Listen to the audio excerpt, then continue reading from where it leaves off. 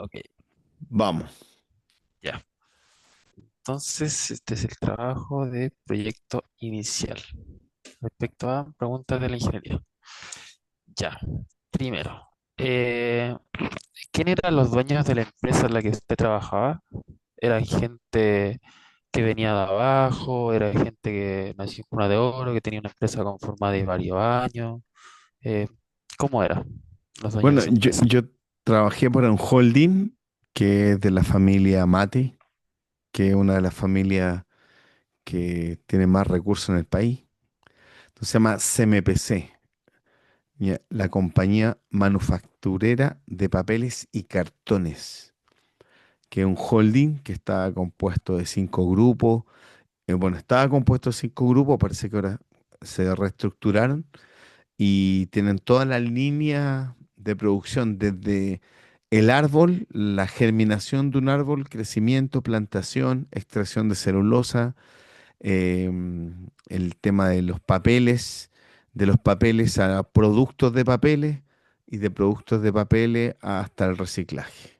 Entonces, un holding, el de una Ya, familia de inversionistas donde los mayoritarios es la familia Mate. ya. Ahora entonces, hasta el look. Vale. ¿Se escucha? Sí, Que parece que sí te escucho bien. ya, que parece que se me había pegado. Dice la siguiente pregunta. ¿Cuáles eran sus funciones principales dentro de la empresa? Bueno, en el último proyecto que estuve, tenía que ver con lo que es la documentación tributaria electrónica. Hace algunos años atrás, ¿cierto? Hoy día ya en Chile es en norma que todos los documentos tributarios, facturas, nota de crédito, nota de débito, son electrónicos, pero hace algunos años atrás no era así, sino que se emitían físicamente, eran foliados por el Servicio de Impuestos Internos. Este cambio tecnológico llevó a que los documentos tributarios tuvieran una firma electrónica y había que modificar todos los sistemas y crear estos documentos tributarios según la normativa del Servicio de Impuestos Internos. Bueno, el modelo para emitir documentos tributarios electrónicos fue el que desarrollé yo con un equipo de trabajo, pero yo estaba a cargo en todo lo que es la documentación tributaria electrónica. Estamos hablando de guías de despacho, facturas, notas de crédito, notas de débito, que son los documentos tributarios autorizados por el Servicio de Impuestos Internos para todo lo que es la emisión de documentos comerciales, ventas, compras, devoluciones y traslado. Así que esa era una de mis labores. ¿O harta pega? Sí, no, y la responsabilidad porque tú podías cuando tú desarrollas proyectos, los proyectos siempre están asociados a procesos de negocio de una empresa. O sea, y por el lado mío, me desarrollaba como ingeniero de proyectos e ingeniero informático, entonces es como tú generas soluciones que cumplan lo que necesita la empresa para su proceso de negocio. Y esa es la clave. La idea era crear un proceso que fuera válido y que no presentara problemas para este nuevo desafío, que era que las empresas emitieran documentos tributarios electrónicos. Antiguamente eran documentos de papel que te daba el servicio de impuestos internos, cajas impresas con 5 copias y no se te podían perder, tenía toda una complejidad. Bueno, eso ya ahora ya no existe y todo es electrónico. Y a mí me tocó participar de ese proyecto para todo el holding y después el mismo modelo sirvió para Argentina, Colombia, México, en donde están las filiales de esta empresa. Sí, man. ¿Usted se llevaba bien con su jefe y con su entorno de trabajo? ¿Alguna vez tuvo alguna complicación o pensó tal vez en renunciar o alguna cosita así? Mira, cuando tú eres ingeniero, a ti te preparan para pensar de cierta forma dependiendo de la escuela donde salgas. Entonces, cuando tú participas de equipo de trabajo con ingenieros que son de distintas escuelas, tiendes a veces a tener cierto roce, pero son roces profesionales donde tú opinas una cosa, el otro opina otra, y obviamente ahí el gerente o subgerente, dependiendo de a quién le rindas cuenta o quién te lidera, es quien va definiendo. Pero aparte, ahí hay ciertos conflictos, sobre todo cuando se trabaja en equipo, ¿cierto? El poder eh, entender que más allá si tú estás bien o estás, o sea, si tu solución o tu opinión o tu aporte es considerado o no, defender eso, siempre hay que ir apuntando al tema final, que es solucionar el problema.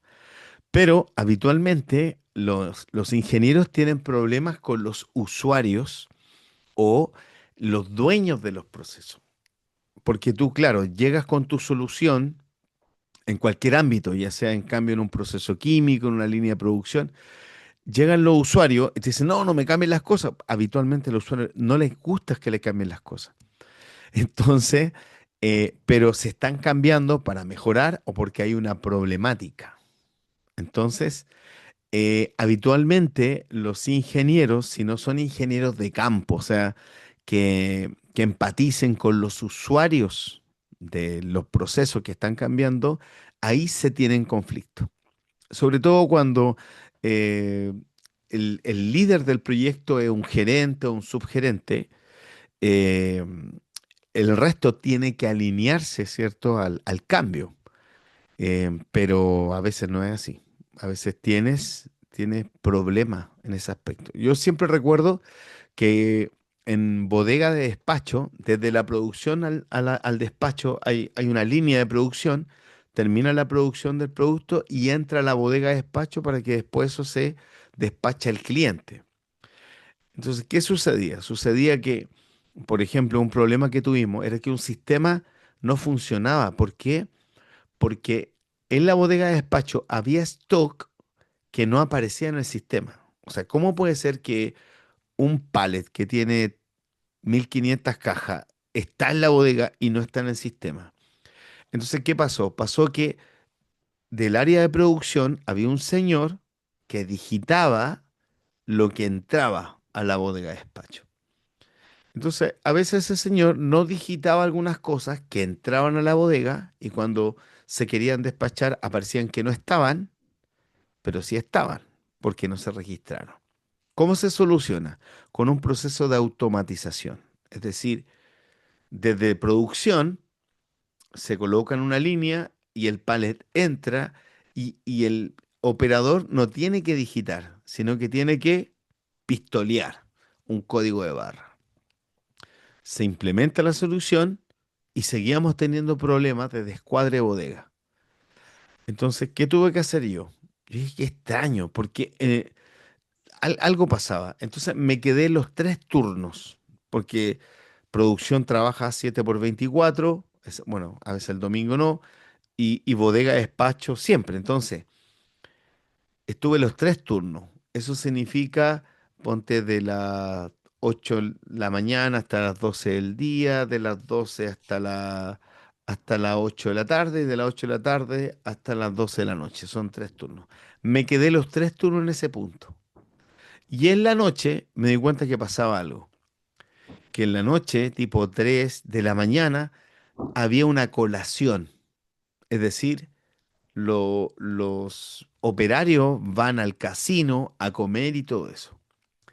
Y el operario de la bodega, para adelantar trabajo, iba y recogía y les sacaba las etiquetas, los pallets, a todo lo que venía a producción antes.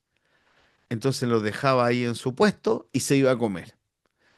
Después los pallets entraban sin etiqueta y él iba y pinchaba la etiqueta y algunas no las pinchaba porque se le caían, porque se le traspapelaban. Entonces, Claro. obviamente ahí hubo un conflicto porque yo tuve que denunciar que los usuarios de la noche hacían esto y se les llamó la atención.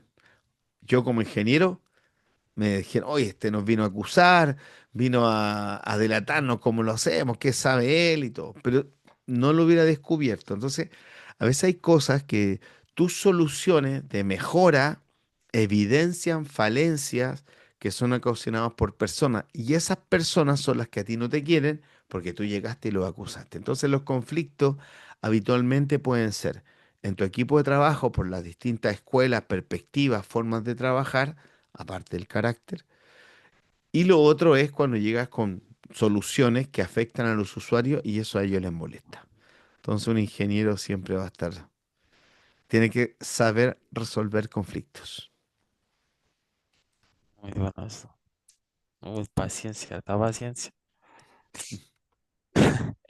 Em, Pastor, ¿me podría describir un día típico de su vida? Así como algo muy típico que usted haga, su día a día, su rutina.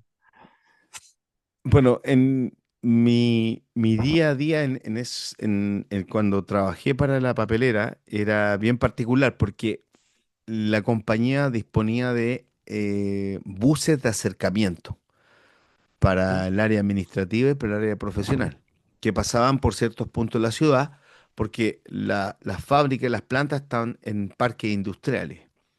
Entonces, llegaba 6 de la mañana en pie, bañarte, hacer todas tus cosas y de ahí 6:30 salir, tomar un colectivo para acercarme al punto de encuentro donde estaban todos los que se tenían que subir al bus.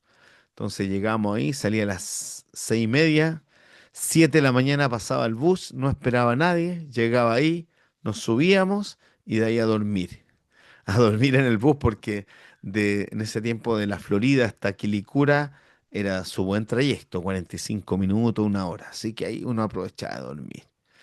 Dormir, llegaba el bus, todos se despertaban, bajamos a la planta, íbamos a la oficina, al baño, refrescarse la cara un poco y después ir al casino a buscar el sanguchito de queso de palta como para tomar desayuno. Y se tomaba un café, desayuno, estamos hablando 8:30 de la mañana, 9 ya desayunado, conversado y nos ponemos a trabajar. Y lo que haces tú ahí, revisas primero tus correos electrónicos, qué es todo lo que te ha llegado, ves tus pendientes, los proyectos en que estás, las tareas programadas, ver, distribuir tu día, después asignar las reuniones que debes de tener con usuarios de prueba, dependiendo. Entonces ahí está organizado tu día. Y después estás durante el día en reuniones, trabajando según las tareas de los proyectos y después ya vaya a almorzar, en la tarde sigue lo mismo, reuniones o coordinaciones y después a la casa al bus de nuevo, que eso era tipo 5:30 de la tarde, y de ahí llegabas como a las 7 al punto de encuentro donde te dejaban, tomaba el transporte, de ahí ya llegaba a mi casa y llegaba a cenar tipo 8:30. Lamentablemente era eso habitualmente.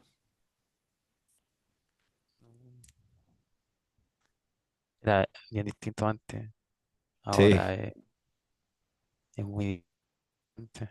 Bueno, no sé cómo decirlo. Eh, mm, o sea, igual ahora existen muchos acercamientos, tengo amigos que trabajan y todo, y es más o menos pareció la rutina. Se la parece dinámica. harto la dinámica entre todos los chilenos.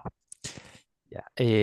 Las siguientes preguntas son, ¿qué atributo usted cree que uno debería tener como para ser un buen ingeniero en una empresa?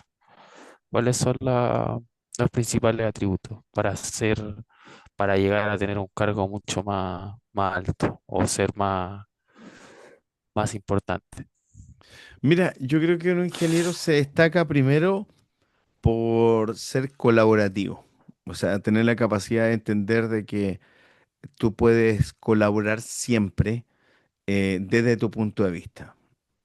Si te colocan como líder del proyecto, súper bien, coordinas, ¿cierto? Pero si no eres líder, siempre estar dispuesto a colaborar, ya sea con tareas tuyas o no. Porque claro, de pronto llega alguien, oye, tengo un problema, no sé cómo solucionarlo. No es tu problema, tú no estás en ese proyecto, pero colaborar siempre es bueno. Siempre tener un espíritu de colaboración. Segundo, escucha activa. ¿Eso qué significa? Aprender a escuchar. Siempre las personas lo que hablan es lo que están pensando y lo que hay dentro de ellos. Entonces, saber escuchar usuarios, saber escuchar gerentes, saber escuchar el entorno para saber cuándo intervenir. Porque hay oportunidades donde no debes intervenir, debes guardar silencio. Entonces, ser asertivo cuando interviene, tus palabras, cómo lo expresas. Otra cosa que te ayuda un montón a poder escalar es tener buenas relaciones. No tan solo limitar tus relaciones por el tema laboral, sino también preocuparte de lo humano, de la persona, cómo está, en qué está, cómo es tu familia. Tener un contexto siempre de que trabajas con personas más allá que te contratan para ciertas funciones. Cuarto, tener claro hacia dónde va la empresa. Yo eh, creo que cuando un ingeniero sabe cuál es la estrategia de la empresa, en qué está la empresa, hacia dónde va, es importante. Y ahí es donde tienes que tener mucha conversación con el área comercial, con el área de producción, con el área de gestión, poner atención para que tú sumes a esa estrategia. Entonces, en la medida que tú desarrollas estas competencias, porque el resto se asume que haces tu trabajo bien, se asume que sabes hacer tu trabajo, eso lo asumimos de cajón. Pero para poder tener puestos de liderazgo, de influencia, esas competencias creo que son necesarias al momento de ejercer las labores y que la gente confíe en ti, porque al final eh, uno crece en una empresa porque confían en ti, sabes que puedes hacer el trabajo, sabes que puedes responder a mayores responsabilidades y que tienes las competencias para poder hacerlo. Sí. Eh, ¿Usted cree que su universidad fue un factor importante para ser el ingeniero que fue usted? ¿O, o más que nada eso lo que usted me comentaba de, no sé cómo decirlo, que la universidad uno te prepara como con fundamentos, con cosas duras, con la ciencia, con todo esto? ¿O es más importante lo blando, lo de personas, lo de eso que usted me comentó de relacionarse? Mira, actualmente los profesionales se miden por su soft skill o su hard skill, que son las competencias que tienen. Se dice en inglés, pero son habilidades duras y habilidades blandas. Dependiendo de la escuela de ingeniería donde tú egreses, es qué tipo de habilidades te entregan.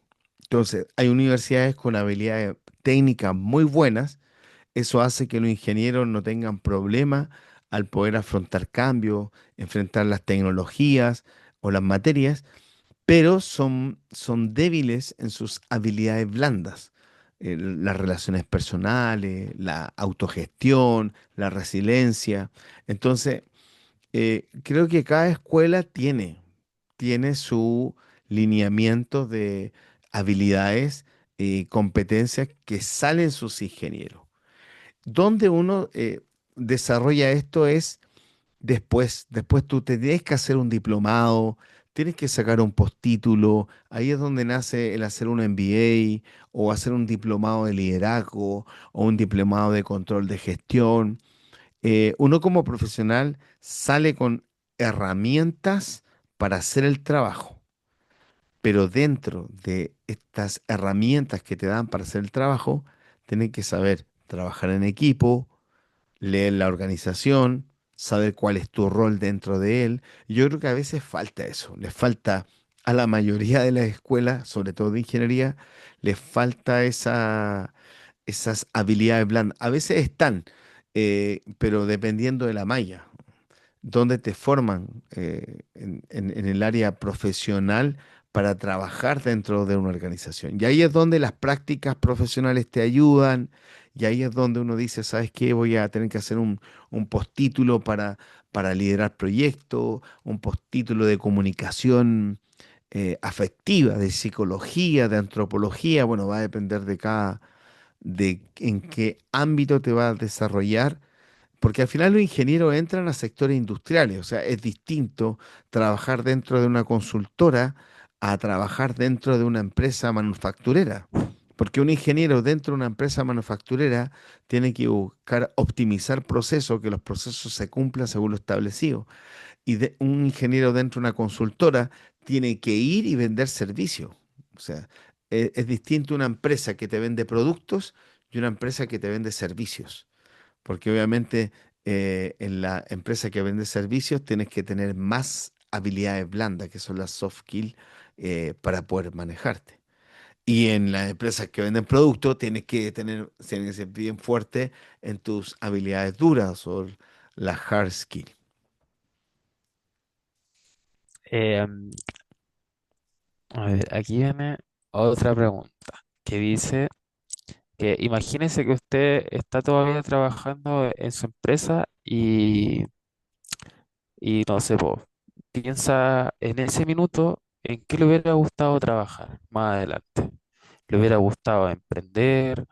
¿Le hubiera gustado seguir ahí, escalar o alguna de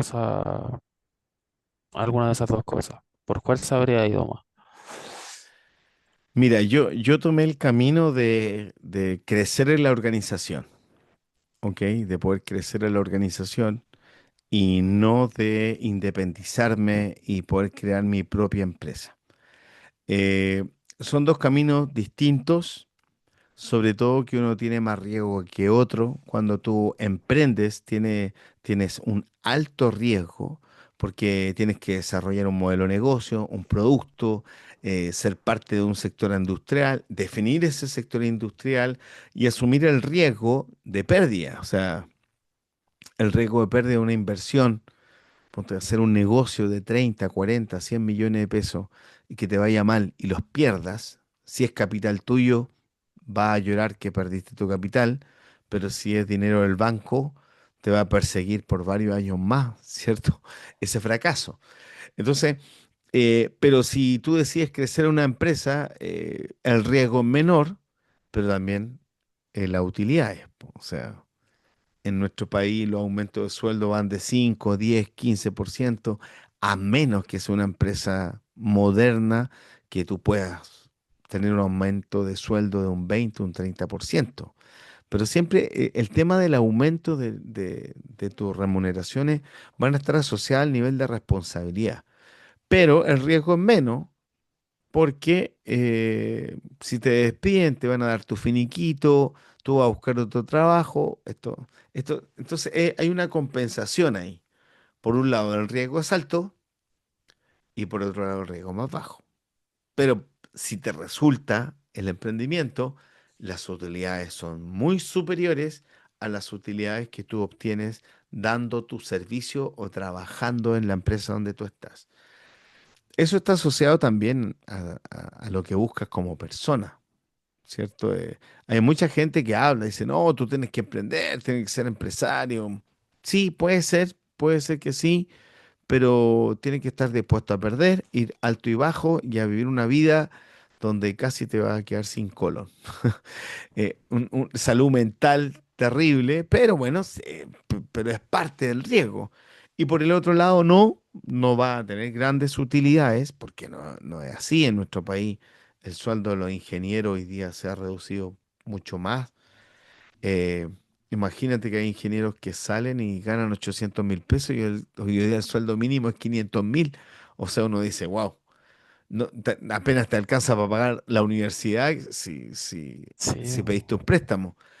Pero tienen más competencia, tienen un estándar de trabajo diferente, ambiente diferente, y ahí es donde uno va creciendo. Entonces va a depender mucho de tú lo que estás dispuesto a arriesgar.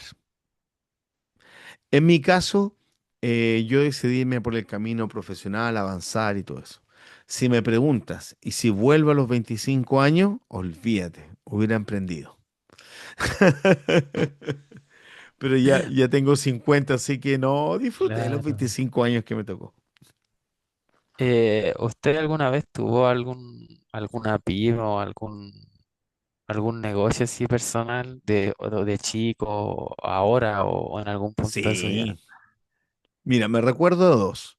El primero era una librería que funcionaba relativamente bien, manejábamos margen de utilidad de 30-35%, pero hasta que cayeron las Torres Gemelas, llegó la librería, quebramos, tuvimos que vender todo y se acabó. Trabajaba y teníamos una librería. Cuando... Y lo otro fue una consultora que se llama KHS.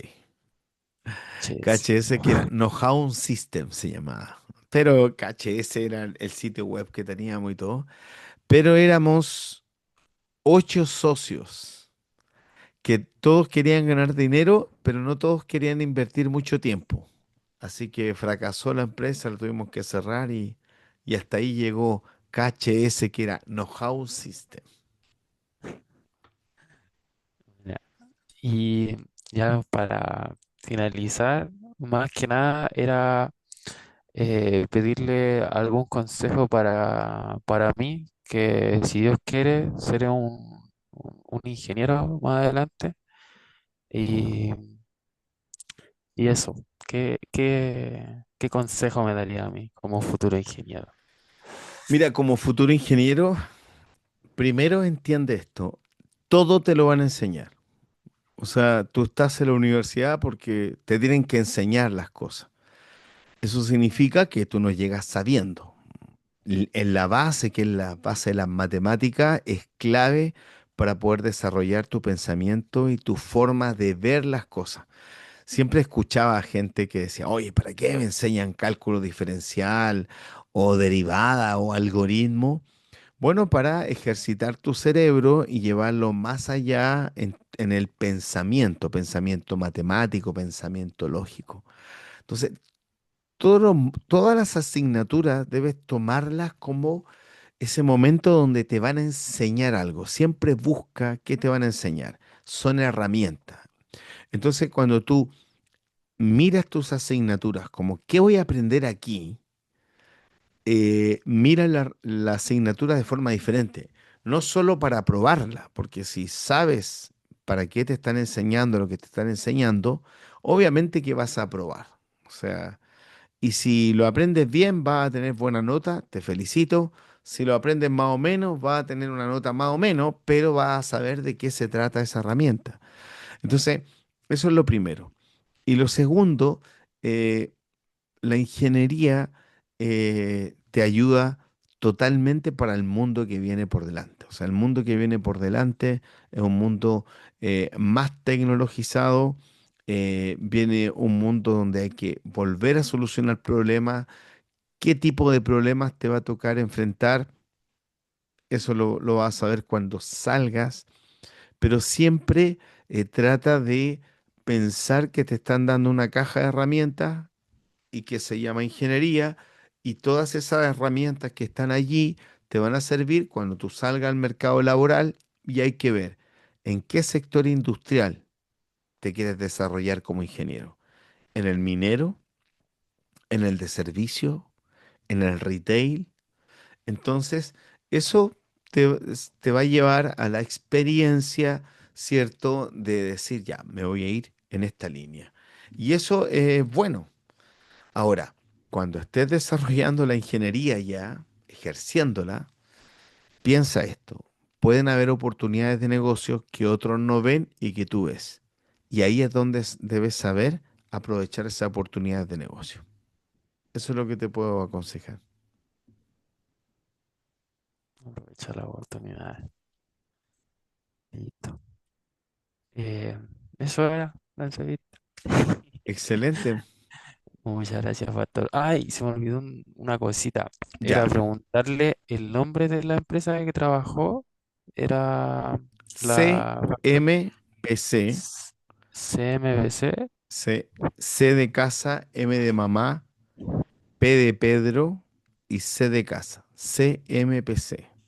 En la compañía manufacturera de papeles y cartones. Y como cuántas personas eran de toda la empresa, así como todo, todo. No, O sea, un miles, estimado. Miles. miles. miles de personas porque es un holding. Pero ahí tú lo puedes. En una de las primeras empresas que trabajé, habría, no sé, 236 trabajadores, pero después trabajé en el holding y en el holding son miles de personas, miles, en las distintas áreas. Ahí tú lo puedes buscar. Eso es bastante. Listo. Terminamos justo en media hora. Ah, Terminamos justo en media hora. ya. Mi nombre es Ricardo Díaz Ibáñez. Y ahí me puedes buscar mi perfil en LinkedIn. ¿Tienes Ya. LinkedIn? No, Deberías no, creártelo. pero bueno, eso, eso va a estar. Muchas Listo. gracias. Se Ok. pasó.